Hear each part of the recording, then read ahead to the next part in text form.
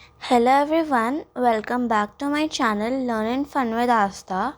So friends, in today's video, I'm gonna cover another topic of science, which is volcanoes, earthquakes and tidal waves.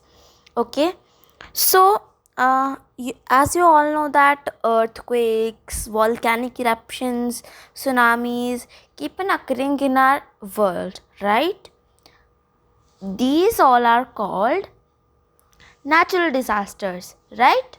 These are called natural disasters. These all are natural disasters. There are more natural disasters, right? So in today's video I'm going to cover these topics. Okay, so in today's video I will cover volcanoes, okay, and in another parts of this video, means this topic, we will cover another topics like earthquakes and tidal waves. All right, so let us start. Okay, so many changes occur in our nature from time to time. Okay, हमारे जो nature है उसमें changes होते रहते हैं, ठीक है। जैसे कभी कभी अर्थक्वेक्स आते हैं, कभी वॉल्केनोज इरप्शन होती है, वॉल्केनिक इरप्शंस होते हैं, कभी कभी टाइडल वेव्स होती हैं, राइट, एंड कभी कभी सुनामीज आती हैं, फ्लड्स, राइट, ड्रॉथ। ऐसे हमारे नेचर में जो है चेंजेस होते रहते हैं.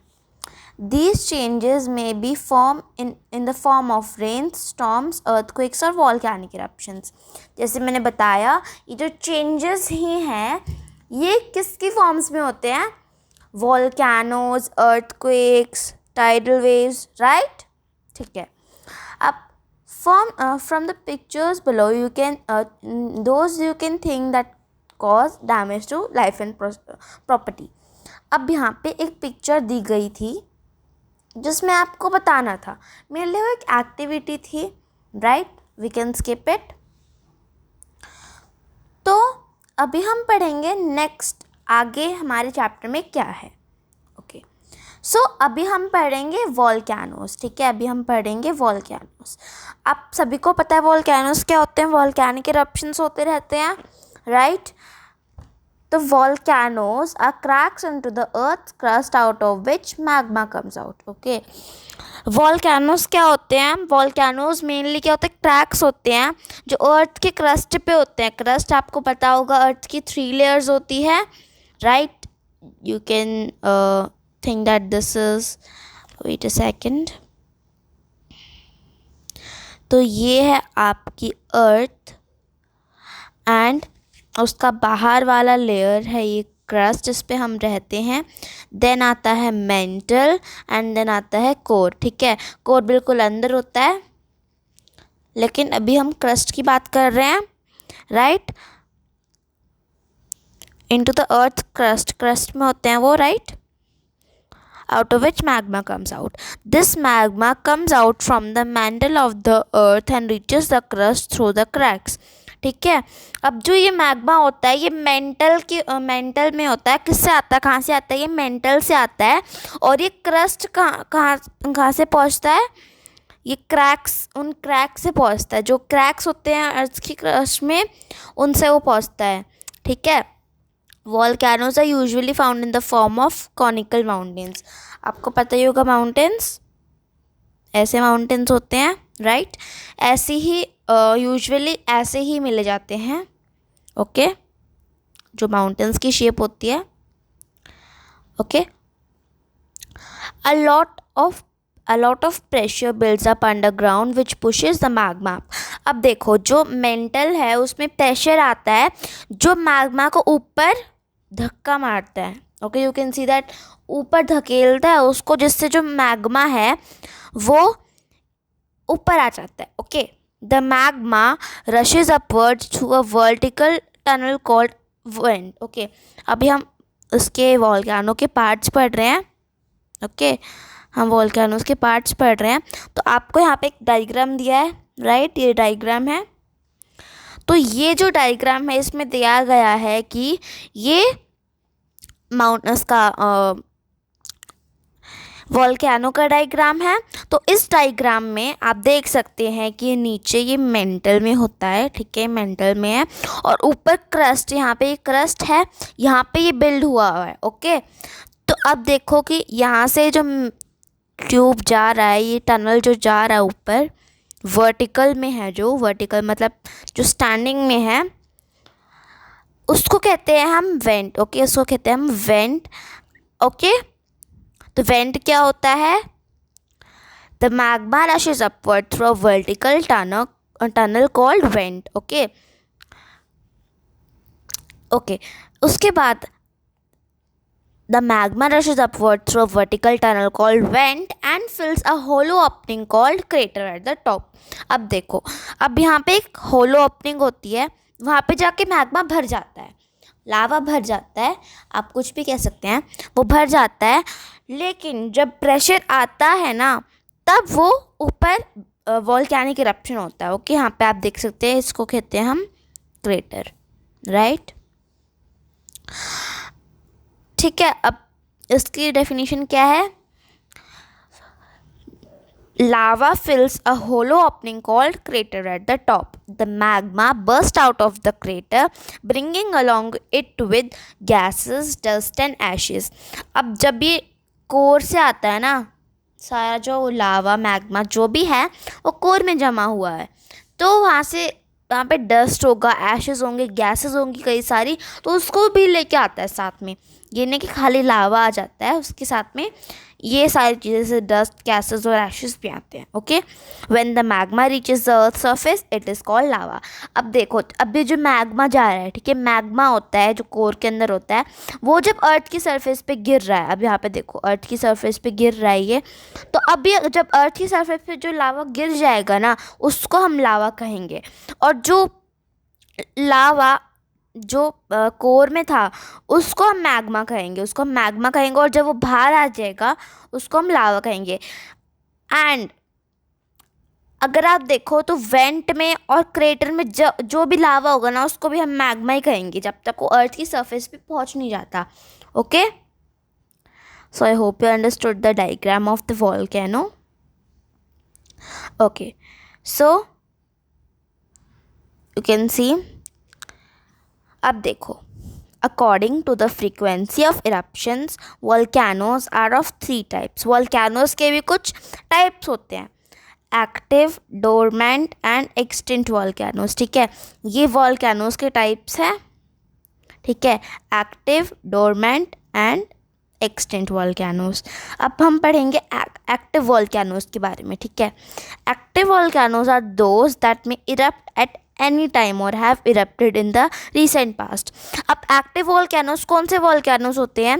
ये वोल्केनोज वो वोल्केनोज होते हैं जो पहले के 10, 20, 30 इतने सालों में इरप्ट हुए हैं, उनकी वोल्केनिक इरप्शंस हुई हैं, और उनकी बहुत पॉसिबिलिटी है कि वो फ्यूचर में भी इरप्ट होएं। ओके, ठीक है, अब ये वोल्केनोज कहलाते हैं एक्टिव वोल्केनोज। कौन सा वोल्केनोज?